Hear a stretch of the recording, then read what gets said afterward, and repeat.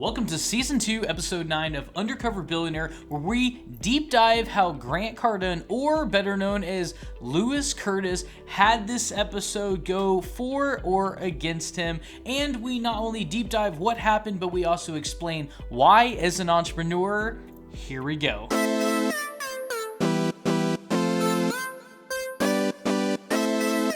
And if we're just meeting for the very first time, my name is William Dauria. I'm a professional real estate investor. I buy single family homes, I buy multifamily, I buy commercial properties. I fix them, I rent them, I live off the passive income, and I show you how to do the same on this channel. So it starts off with day number 57, and he is trying to start a lawnmower. And he's like, how do you get these things started? I haven't mowed a lawn since I was like 13, right? And he's messing with this thing because he has to mow the lawn in his rent house, right? And he's also talking about how he needs to focus on getting his promo business built into $1 million company. Guys, we're on day 57 out of a total of a 90-day challenge, guys. So do the math. That's about 33 days left.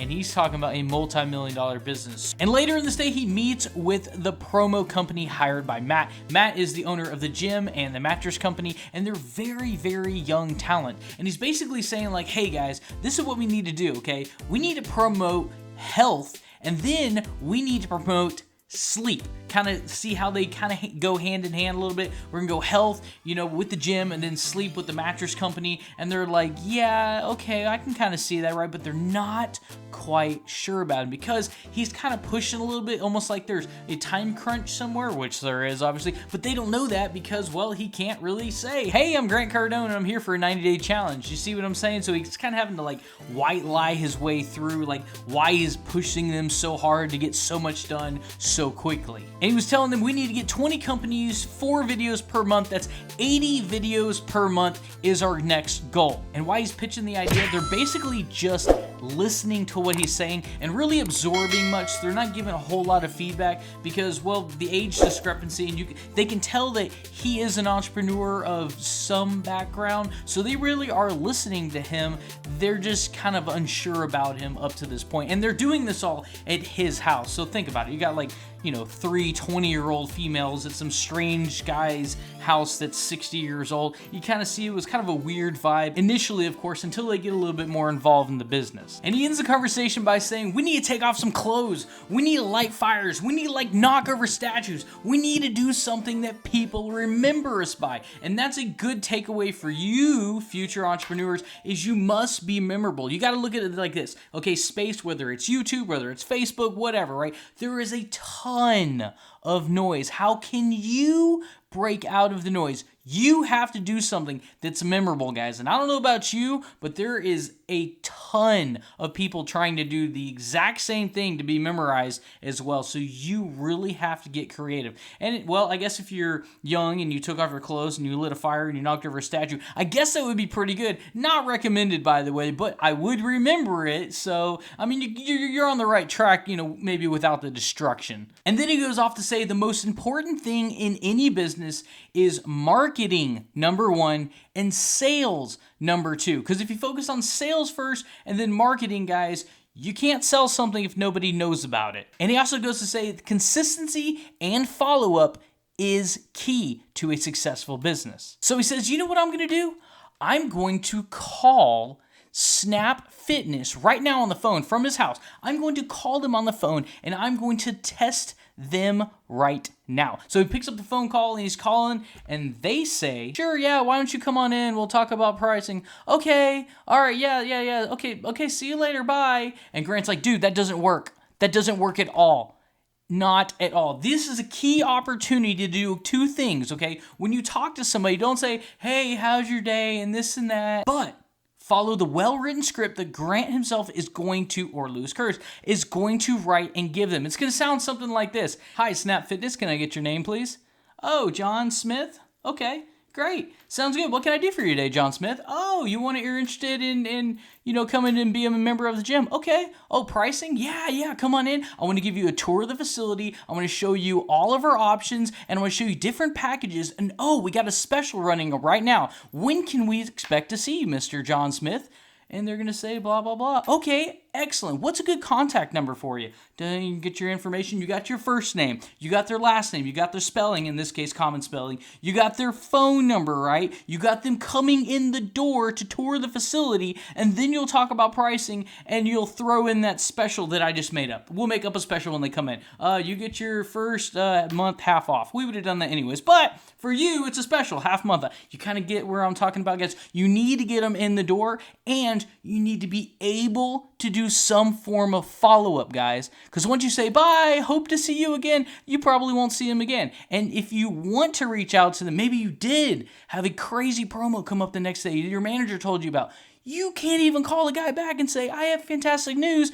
Look what just came across the desk, because you don't have his info. You don't even know his name. And it's just awkward at that point if you had his info and without his name. You kind of get where I'm getting at. Okay, moving on. Okay, so next he meets with this possible manager of the promo business at his house. And she is a single mom of 3, currently making $300 per week. So right now it sounds like she is struggling financially, at least that's what I would figure. However, she does have drive, and they get to talking about their background, and they do have quite a bit in common. And Grant says this: if you can make this promo company work, and he actually walked up to a whiteboard that he had several whiteboards up on the wall, and he actually walked up to a whiteboard and he was showing them, this is what I want my promo company to be able to do, like within the next, X amount of days. This, and this. This is what needs to be executed correctly the first time. And she was like, I will make it happen. Not, I will try my best, or we'll see what we can do. I will make it happen. And he's looking for an executioner. He's not looking for the smartest person out there. He's looking for somebody that will make it happen or figure out how to make it happen. One way or another, will get it figured out. That's the person he's looking for. And he thinks he just found it. And it looks like she now is hired. And I couldn't have agreed with him more on that statement. Day number 60.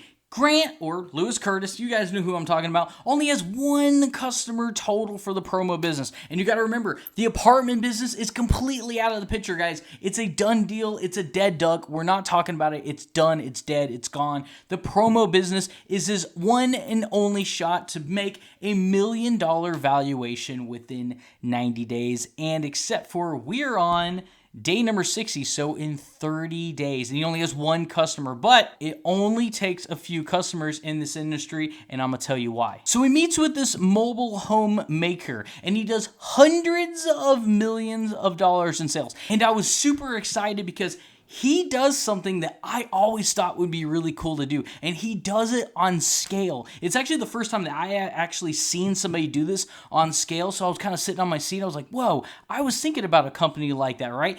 It actually works, hundreds of millions in sales. I'm like, man, maybe I should start doing this, right? So get this. They build tiny homes and houses out of shipping containers. And I will say, guys, they look like fantastically built tiny homes. And obviously they're not like one shipping container, they're like several put on each other. I mean, like, it was really, really nice. Now they were like $75,000, $80,000, give or take, depending on the levels, and some may say it's expensive, some may not, depending on where you're coming from. But to be able to just be put on land of your choice, probably like pre-delivered and fabricated right there within probably about a week, is pretty cool. And obviously the life expectancy of shipping containers is very long, so I can definitely see the pull, especially nowadays with home prices. If you haven't seen Zillow.com lately, go look at your market, because home prices are out of this world as of early 2021. The problem with this business is it's so successful, they can't keep up with current demand. So this isn't a money issue with them at all. They could write them a check for $10,000, $20,000 a month, like seriously, and it wouldn't put much of a dent in their budget, and it would give them more business, except for they can't keep up with the business they've already got.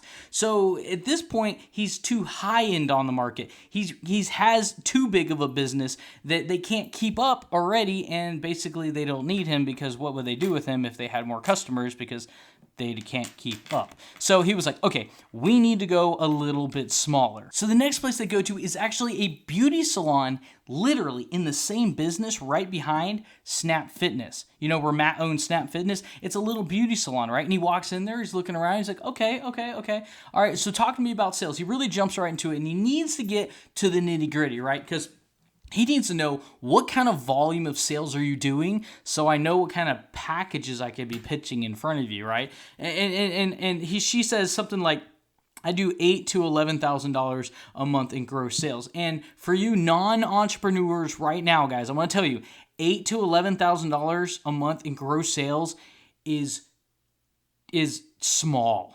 It's so small.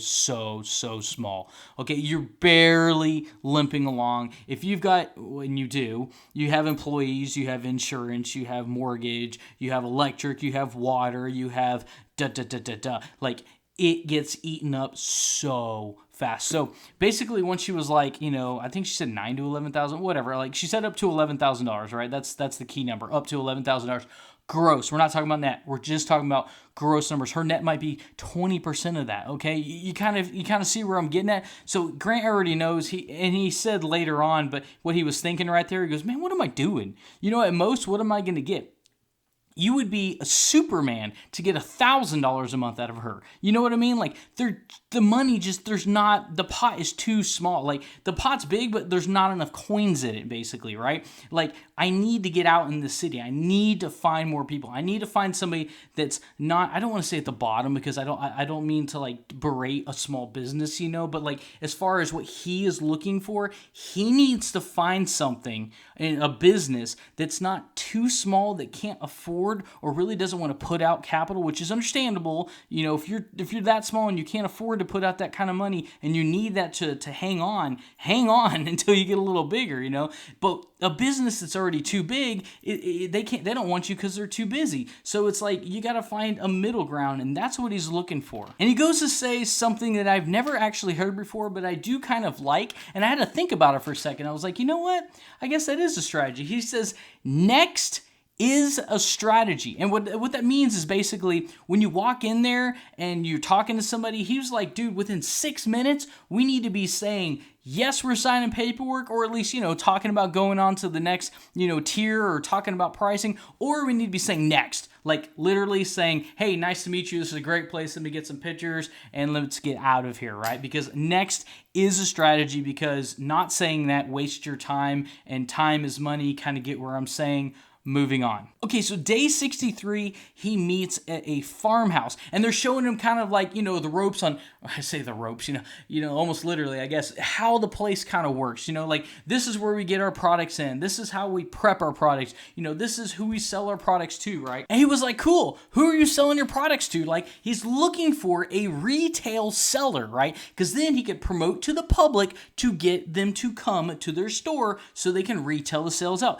Except for they're a wholesaler. And what a wholesaler is they're basically selling to places like Tom Thumb, like Kroger and Whole Foods, and you see what I'm saying, at a discount, and you and me and everybody are going to the grocery store and paying what's called retail for that product, right? So a wholesaler already has their clientele, basically, right? And you don't market to retail chains like you would consumers, so it's a whole different ballgame, and it's really not worth Matt's time right there, right? Because you got to look at it like this. Instead of saying, we need 60,000 customers and it'll generate this much revenue, in a wholesale business, when you're selling to companies, you can say, I have 3 companies and they have a total of 10 stores.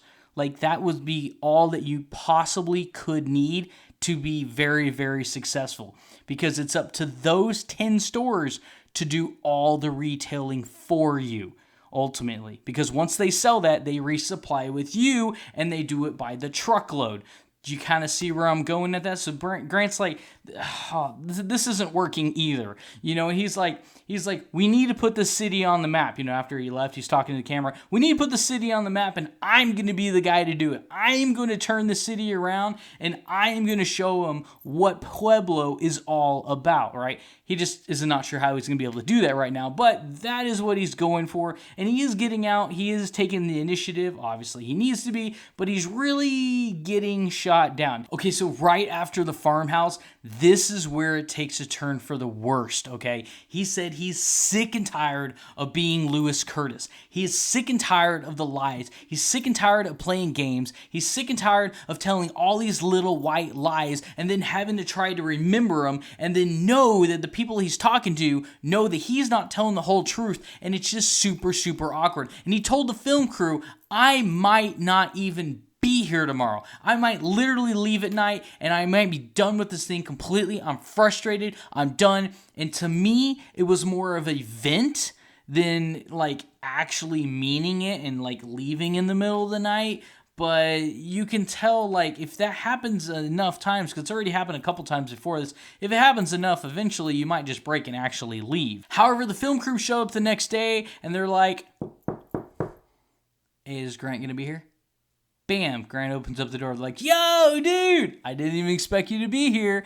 And Grant's like, yeah, man, well, you can't lose if you don't quit, right? And apparently he's had a little bit of a change of heart. So I think that what he was going through was venting, and I get there, and you can ask some of my employees. Sometimes I yell a little bit, and it's okay because in 10 minutes, I'm right back into it and I'm good. But I have my ups and my downs, and you will too as an entrepreneur. Every day is not gravy, and it all works out at the end, but there are some ups and downs no matter how much you're worth. More money, more problems, or mo money, mo problems. You know the lyrics. Moving on.